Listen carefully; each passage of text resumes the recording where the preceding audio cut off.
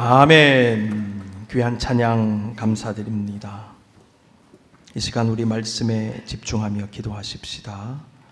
찬양 중에 임하시는 주님, 말씀 중에 임하시는 주님, 우리 예배 가운데 임하시는 주님을 만나게 하옵소서.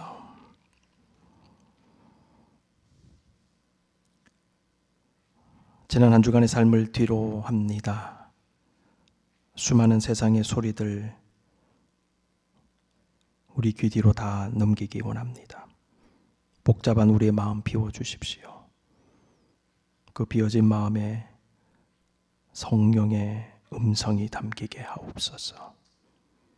말씀으로 존재와 삶이 바뀌어지기 원합니다. 오늘도 너무나 부족한 종을 세우셨사오니 하나님의 영으로 붙잡아 주옵소서.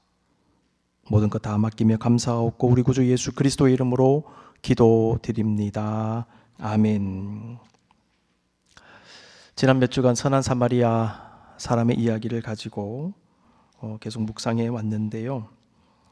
선한 사마리아 사람에 대한 예수님 말씀은 율법 교사가 제기했던 그러면 내 이웃이 누구니까? 라는 질문에서 시작되었지요. 근데 우리가 아는 대로 이 질문은 율법 교사가 제기했던 두 번째 질문입니다. 우리는 오늘 본문에 본격적으로 들어가기 전에 율법 교사가 예수님께 드린 첫 번째 질문을 다시 확인할 필요가 있겠습니다. 그 질문은 선생님 내가 무엇을 하여야 영생을 얻으리까? 였습니다. 율법 교사는 율법에 기록된 내용을 말해보라는 예수님의 요청에 따라 하나님 사랑과 이웃 사랑이라는 율법의 핵심을 잘 설명했습니다. 그 다음에 율법 교사가 그러면 내 이웃이 누구니까? 라는 두 번째 질문을 했고 예수님은 선한 사마리아 사람의 이야기를 하신 거죠. 선한 사마리아 사람의 이야기는 율법의 핵심 가운데 하나인 이웃 사랑에 관한 말씀입니다. 자, 그렇다면 율법의 또 하나의 핵심인 하나님 사랑에 관한 말씀은 어디에 있습니까? 율법의 핵심은 하나님 사랑과 이웃 사랑인데 본문에는 이웃 사랑에 관한 말씀은 나오는데 하나님 사랑에 관한 말씀은 없는 듯 합니다. 정말 그럴까요? 마르다와 마리아 이야기를 담고 있는 오늘 본문 누가복음 10장 38에서 42절까지의 말씀은 누가복음 10장의 마지막 단락인데 언뜻 보면 앞부분의 내용과 전혀 상관이 없는 아예 다른 이야기인 것처럼 보입니다. 그리고 하나님의 사랑에 관한 말씀은 주님께서 스킵하시고 그냥 넘어간 것처럼 보입니다. 물론 우리는 사복음서 중에 누가복음에만 등장하는 오늘 본문을 앞부분과 상관없이 독립적인 내용으로 읽고 묵상하면서 그 안에 담긴 주님의 뜻을 발견할 수 있습니다. 그와 함께 우리는 오늘 본문을 읽을 때 앞부분과 연결해서 읽고 연결된 관점으로 해석하여 주님의 메시지를 발견할 수도 있을 것입니다. 자, 그렇게 보았을 때 마르다와 마리아의 이야기와 앞부분에 나오는 예수님과 율법 교사와의 대화의 내용을 어떻게 연결해 볼 수 있겠습니까? 이거 한번 질문해 봐야 되죠. 누가복음을 기록한 누가는 하나님 사랑과 이웃 사랑이라는 율법의 핵심에 관한 예수님의 말씀을 담으면서 먼저 참된 이웃에 관한 예수님의 메시지를 선한 사마리아 사람의 이야기를 통해서 전하신 다음에 오늘 본문을 통하여 하나님 사랑에 관한 예수님의 메시지를 전달했다고 생각해 볼 수 있습니다. 마르다와 마리아 이야기는 다양한 관점에서 해석이 가능하겠지만은 하나님을 향한 순전한 사랑이라는 관점에서 해석할 수 있고 예수님의 발치에 앉아 주님께 집중하여 말씀을 듣는 마리아의 모습은 주님을 향한 참된 사랑의 모습을 외적으로 잘 형상화한 것으로 볼 수 있겠습니다. 다시 말해서 오늘 본문은 주님을 사랑할 때 어떤 마음과 자세로 사랑해야 할 것인지, 주님을 온전히 사랑하기 위해 필요한 모습이 무엇인지를 잘 보여준다 하겠습니다. 이런 의미에서 오늘 본문은 앞에 나온 내용과 연결되며 하나님 사랑과 이웃 사랑이라는 큰 명제에 관한 주님의 말씀을 완성하는 본문으로 이해하게 됩니다. 그리고 누가복음 10장이 끝납니다. 먼저 우리가 너무나 잘 아는 오늘 본문의 내용을 다시금 간략히 살펴보십시다. 오늘 본문 누가복음 10장 38절은 예수님께서 제자들과 함께 길을 가고 계셨고 한 마을에 들어가셔서 마르다와 마리아의 집으로 초청을 받으셨다라고 기록하고 있습니다. 본문은 예수님께서 가신 마을이 어디인지에 관한 구체적인 정보를 제공하고 있지는 않는데요. 다른 복음서를 참고하면 본문의 배경이 되는 곳은 예루살렘에서 동쪽으로 3km 정도에 위치한 베다니라는 마을이며 예수님께서 사랑하시던 마르다와 마리아와 또 나사로 이 세 남매가 사는 집으로 가신 것을 알게 됩니다.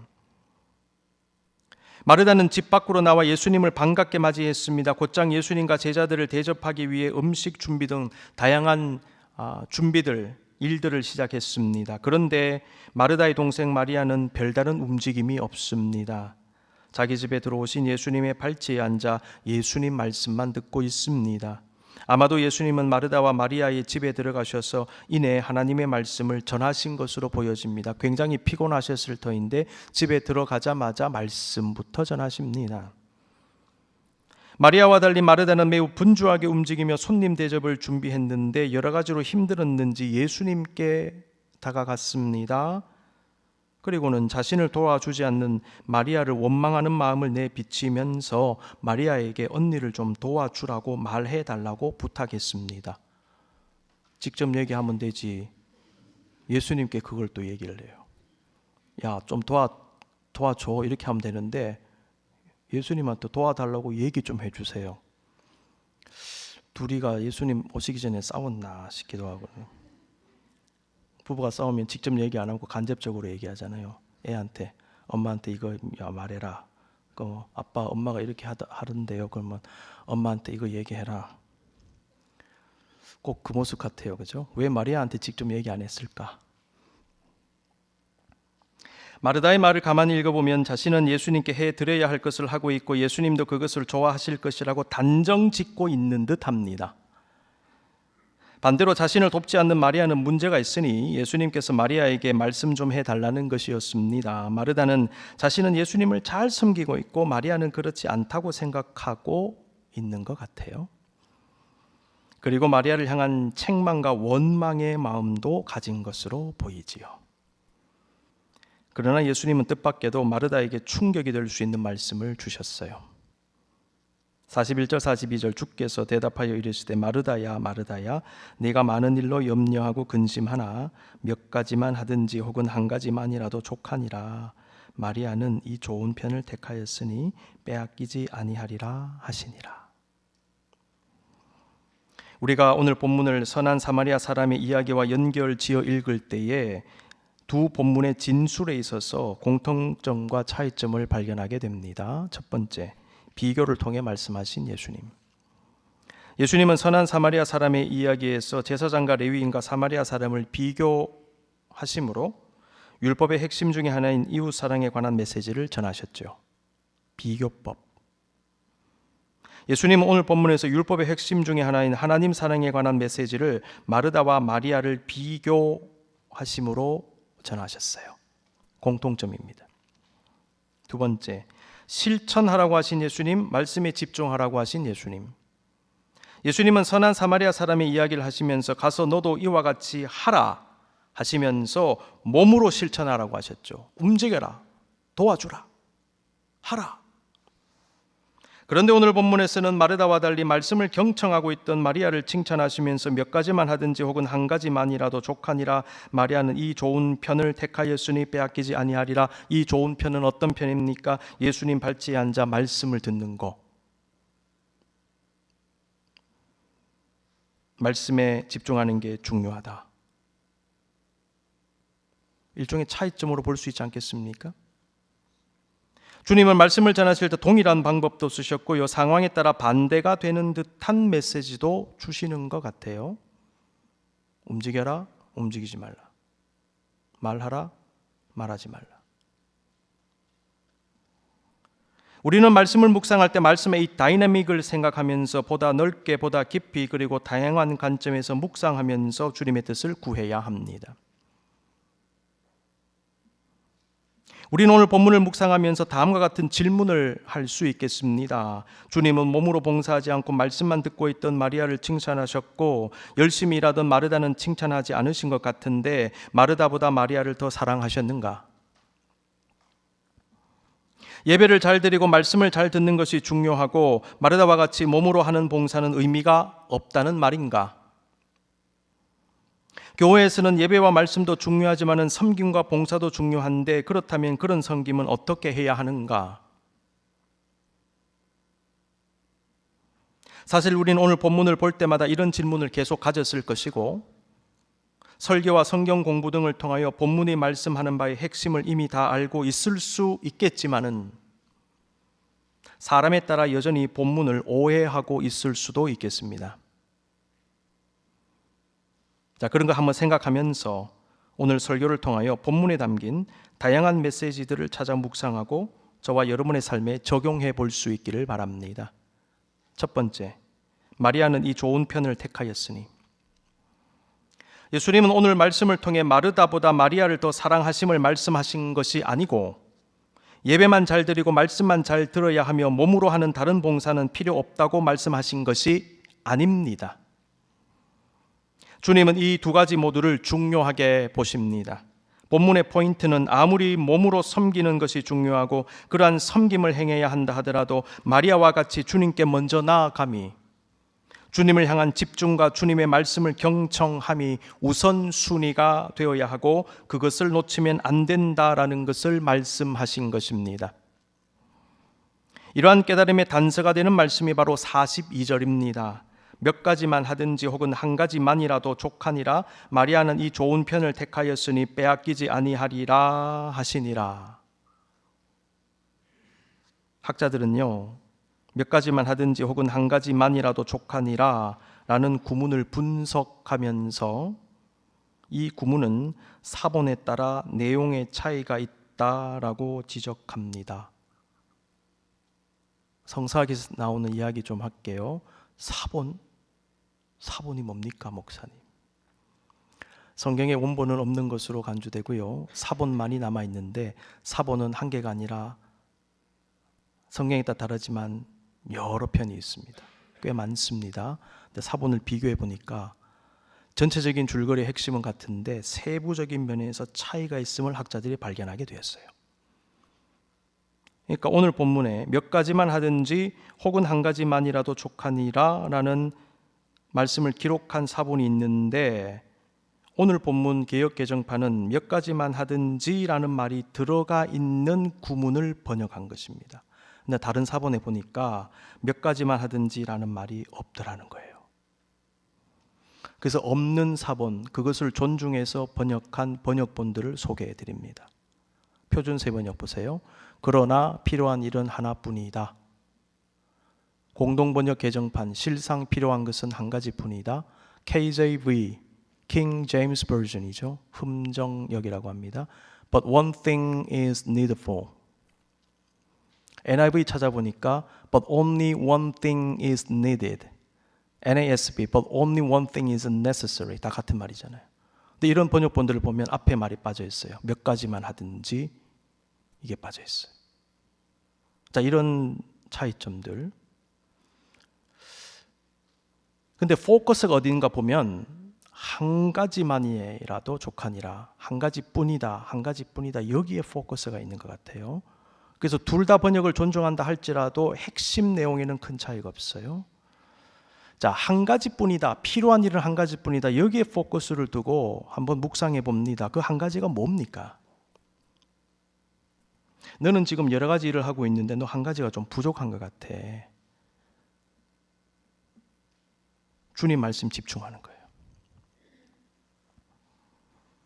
한 가지만이라도 족하니라라는 표현은 몸으로 하는 다른 봉사 필요 없고 말씀만 들어야 된다라는 말로 해석하면 곤란합니다. 그런 봉사 필요하고 중요하지만 말씀을 듣는 것이 더 중요함이 우선순위다 라는 말로 해석이 됩니다. 그런데 마르다야, 너는 지금 그거 없다 라는 거예요. 마르다는 우선순위가 잘못되었다는 것이죠. 마르다는 음식을 비롯해서 손님 대접을 위한 다양한 준비에 너무나 바빠서 말씀을 못 듣고 있었습니다. 여러분, 손님 한번 대접하기 위해서 준비하면 얼마나 많은 것들이 필요합니까? 음식 자체만이 아니라요. 테이블 준비해야 되죠. 의자 닦아야 되죠. 행주 빨아야 되죠. 뭐 해야 되죠. 뭐 해야 되죠. 청소해야 되죠. 얼마나 많은지 몰라요. 그래서 이리 갔다 저리 갔다, 그 다음에 음식 준비해야 되고, 음식도 사람들이 많았기 때문에 갖가지 음식 준비하고, 일이 많습니다. 그런데 본문을 보세요. 자신이 행하던 준비가 경황 없이 준비되고 있다는 점을 느낄 수 있어요. 그것으로 인해 염려하고 근심하며 마음에 평안이 없었던 것으로 보여집니다. 예수님은 그러한 마르다의 마음 중심을 꿰뚫어 보셨습니다. 41절, 마르다야 마르다야, 네가 많은 일로 염려하고 근심하나. 마르다는 불평과 불만의 마음을 품고 동생을 원망하기까지 합니다. 주여, 내 동생이 나 혼자 일하게 두는 것을 생각하지 아니하시나이까. 그를 명하사 나를 도와주라 하소서. 아까도 말씀드렸지만은 예수님한테 말하는데 가만히 한번 생각해 보니까 예수님한테도 뭔가 불만이 있는 것 같아요. 예수님, 내가 이렇게 고생하고 있는데, 아니 마리아 그 앞에서 말씀 듣고 있는데 좀 말씀 좀 해주세요. 예수님도 좀 너무하시네요. 마르다 가만히 보니까요, 기분 나쁘면 여기도 쳤다가 저기도 쳤다가 마리아한테도 불만 제기하고 예수님한테까지. 아니 예수님 말 좀 해주셔야죠. 마르다는 섬기면서 염려하고 근심했습니다. 열심히 봉사하면서 불평과 불만을 제기하고 원망했습니다. 주님을 사랑하는 마음으로 주님을 위해 무엇을 하고 있었습니다. 그런데 그 마음에는 평안과 행복이 없어요. 이런 모습이 간혹 우리에게서도 나타나고 있지는 않습니까? 예수님은 마리아의 모습을 통하여 하나님을 섬기는 신앙생활에 있어서의 우선순위를 알게 하십니다. 그리고 섬기는 자들의 마음을 돌아보게 하십니다. 자기 개발에 관한 책들을 많이 쓰신 학자들을 주장하는 것을 이렇게 보면, 성공하는 삶의 원칙 중에 하나는 우선순위를 잘 정하는 것이라고 공통되게 얘기합니다. 우선순위의 문제는 신앙과 영성의 영역에서도 매우 중요합니다.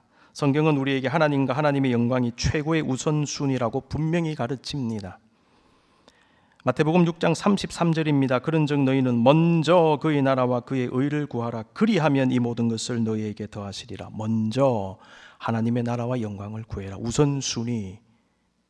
그런데 그리하면 이 모든 것을, 너에게 필요한 모든 것을 너에게 더해 주시리라. 걱정하지 말고 하나님의 것을 먼저 구하라. 그러면 너희가 필요한 인간적인 것들 따라온다.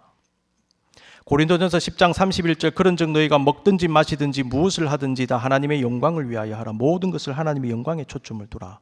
사람의 영광, 인간적인 생각, 욕심, 그게 아니다. 하나님의 영광이다. 이게 판단의 기준이 돼야 된다는 거죠.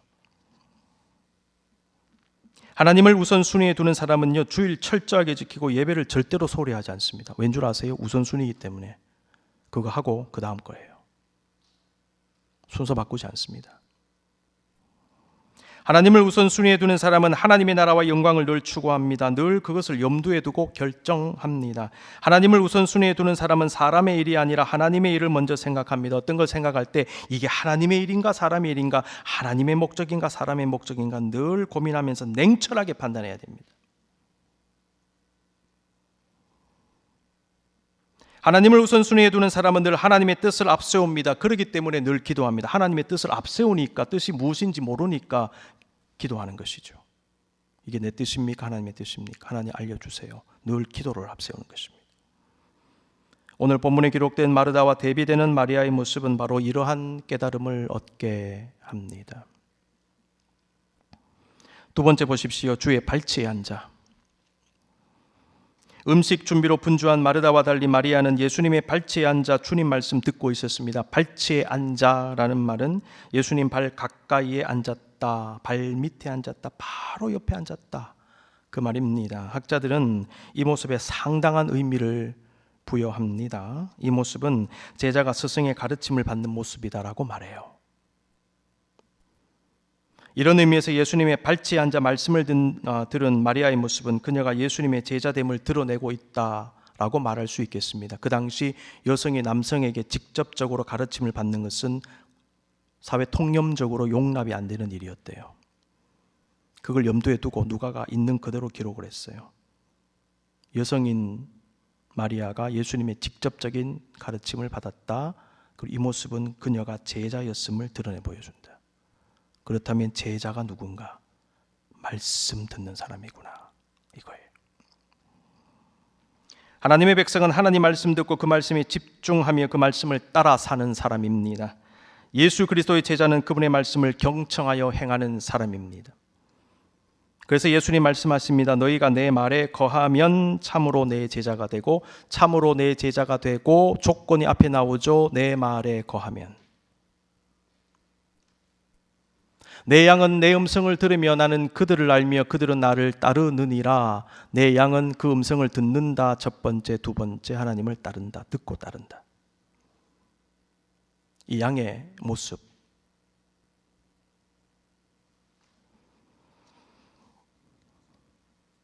오늘 본문에 기록된 마리아의 모습은 바로 이러한 모습을 형상화했다라고 다시 말씀드립니다. 더 나아가 마리아의 모습은 주님을 향한 온전한 집중과 사모함을 드러냅니다. 마리아가 집중한 예수님은 말씀의 주인이면서 동시에 모든 것의 근원을 향하여 나아가는 모습. 하나님이신 예수님, 자신의 근원이 되시는 분, 생명과 구원의 주님, 모든 힘과 능력이 되시는 주님을 향한 집중, 그분께 나아감, 그분께 들어감을 보여줍니다. 모든 관심과 집중을 주님께 발치에 앉아. 기독교 신앙의 영성은 역동성도 가지고 있지만 정적성도 가지고 있습니다. 이 두 가지 속성을 우리는 기억해야 됩니다. 기독교 신앙과 영성의 역동성과 정적성. 성령의 역사 가운데 기독교 신앙은 매우 역동적이며 활발하게 움직입니다. 세상 끝까지 막 달려갑니다. 그러나 모든 말과 행동, 심지어 마음과 생각의 모든 작용도 멈추고 하나님 앞에서 고요히 그리고 잠잠히 주님만 응시하기도 하는 것이 영성입니다. 기독교 신앙과 영성에서는 믿음에서 나오는 실천이 매우 중요합니다. 이걸 실천적 영성이라고 얘기하죠. 근데 어떤 행동을 취하기 전에 그리고 그 후에 언제나 자신의 기도의 골방으로 들어가서 기도하고 성령 안에서 자신을 깊이 성찰하는 것도 매우 중요합니다. 성찰적 영성입니다. 마리아의 모습은 기독교 신앙생활에 있어서 멈춤과 응시의 중요성을 잘 보여줍니다. 응시가 무엇일까요? 눈길 모아 주의 깊게 바라봄. 응시하려면 멈추어야 돼요. 걸어가면서, 뛰어가면서, 차 타고 가면서 무슨 응시합니까? 제대로 보려면 멈추어야 합니다. 멈추어야만 볼 수 있어요. 멈추고 응시하라. 예수님은 매우 활동적이셨습니다. 식사도 제대로 못할 정도로 바쁘게 사역하셨습니다. 그러나 주님은 언제나 새벽 시간에 한적한 곳으로 가셔서 고요히 기도하심으로 그 날을 시작하셨고, 모든 사역을 마친 후에도 다시 기도의 자리로 홀로 나아가십니다. 마가복음 1장 35절, 새벽 아직도 밝기 전에 예수께서 일어나 나가 한적한 곳으로 가사 거기서 기도하시더니 그 다음에 사역입니다. 예수님은 오병이어의 기적을 일으키신 후에 무리를 보내시고는 홀로 기도하러 가셨습니다. 마가복음 6장 46절, 무리를 작별하신 후에 기도하러 산으로 가시니라. 사역 시작하기 전에 깊이 홀로 기도하시고, 사역 끝나고 다시 깊이 홀로 기도하시고.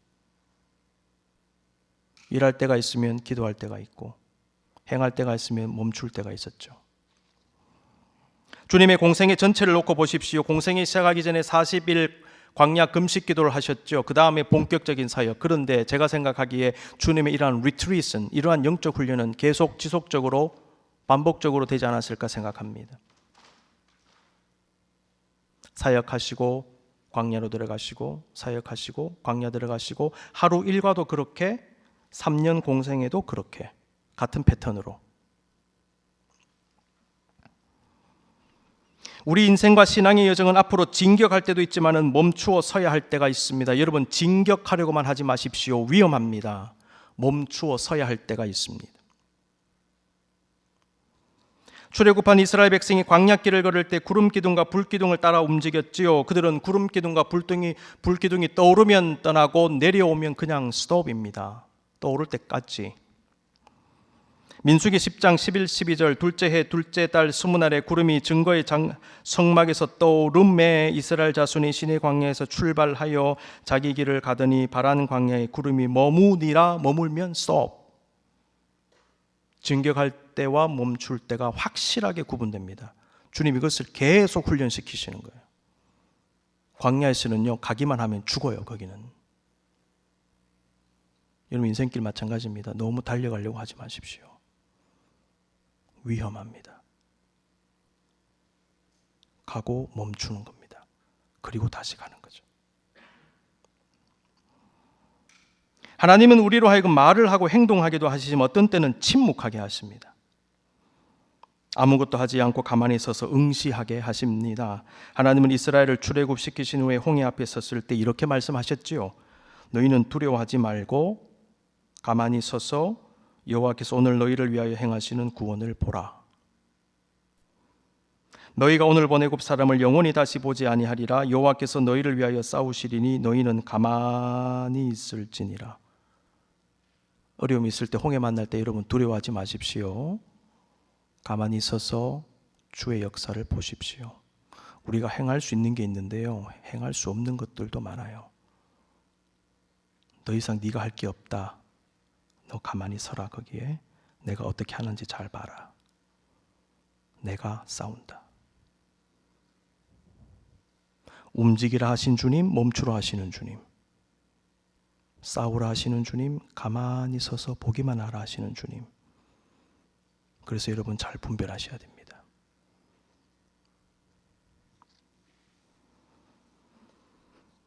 아울러 기독교 신앙의 두 속성, 역동성과 정적성을 가지면서 이 두 가지가 조화를 이루는 신앙생활을 하셔야 됩니다. 갈 때 안 갈 때, 움직일 때 안 움직일 때, 물불 안 가리면요 사고가 나요. 분별해서 움직여야 되는 것입니다. 성숙한 신앙의 모습 중에 하나는 균형과 조화입니다. 균형과 조화의 기준점은 누가 되시느냐? 성삼일체 하나님, 따라서 주님 봐야 됩니다. 그러므로 하나님 바라고 하나님께 집중하는 게 굉장히 중요합니다. 신앙의 삶이란 밀물과 썰물처럼 주님께로 깊이 들어갔다가 나와서 주의 일을 하고 활동하고 다시 들어가는 것, 이것이 반복이 됩니다. 영적 밀물과 썰물의 역사. 여러분 썰물만 있으면 끝나버리는 것입니다. 근데 그 다음 다시 밀물로 들어오는 거죠. 주일 예배, 주일 지키는 이와 같습니다. 세상으로 나가셔서 열심히 사십시오. 죄 짓지 말고 열심히 경제생활 하시고 기업에서 일하시고 학문 치열하게 하십시오. 근데 다시 들어오셔야 돼요. 밀물로, 주님께로. 그 주일이 중요한 것입니다. 여러분 그것을 지금 실천하고 계시는 거죠. 여러분의 개인의 삶 속에서, 여러분의 하루 일상 속에서 영적 밀물과 썰물처럼 살아가실 때 여러분 승리할 겁니다.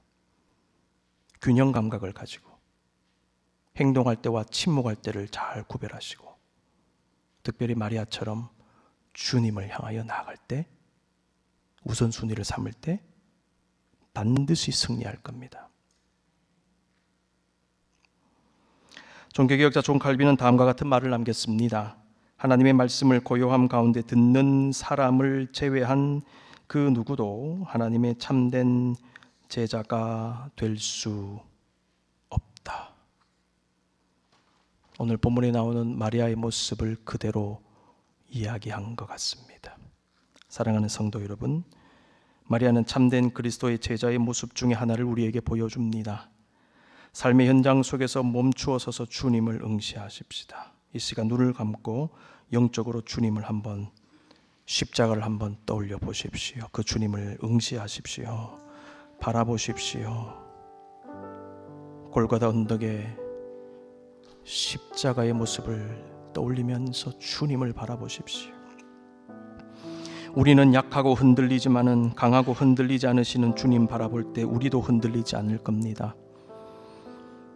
우리는 변하지만은 변하지 않으시는 주님 바라볼 때 믿음 지킬 수 있습니다.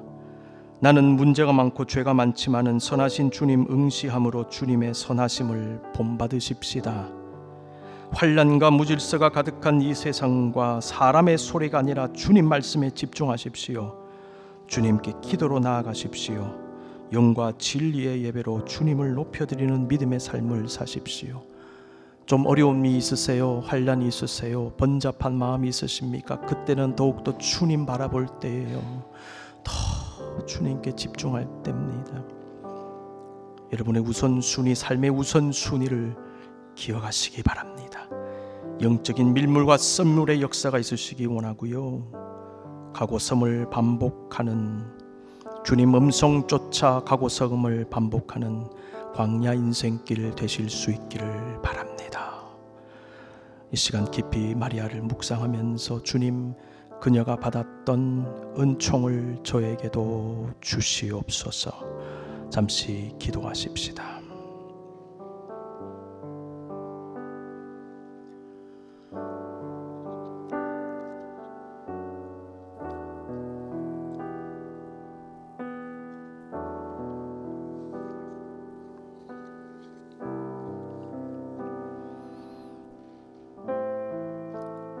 사랑하는 성도 여러분, 오늘 본문은 우리에게 마리아의 모습이 얼마나 필요한 건지 알게 합니다. 주님을 보십시다. 다른 것 보지 말고 가장 먼저 주님을 바라봄으로, 주님께 나아감으로, 주의 말씀을 청종함으로 승리하십시오. 이 바람을 우리 가슴에 담고 마지막 찬양 주님께 드리겠습니다. 주님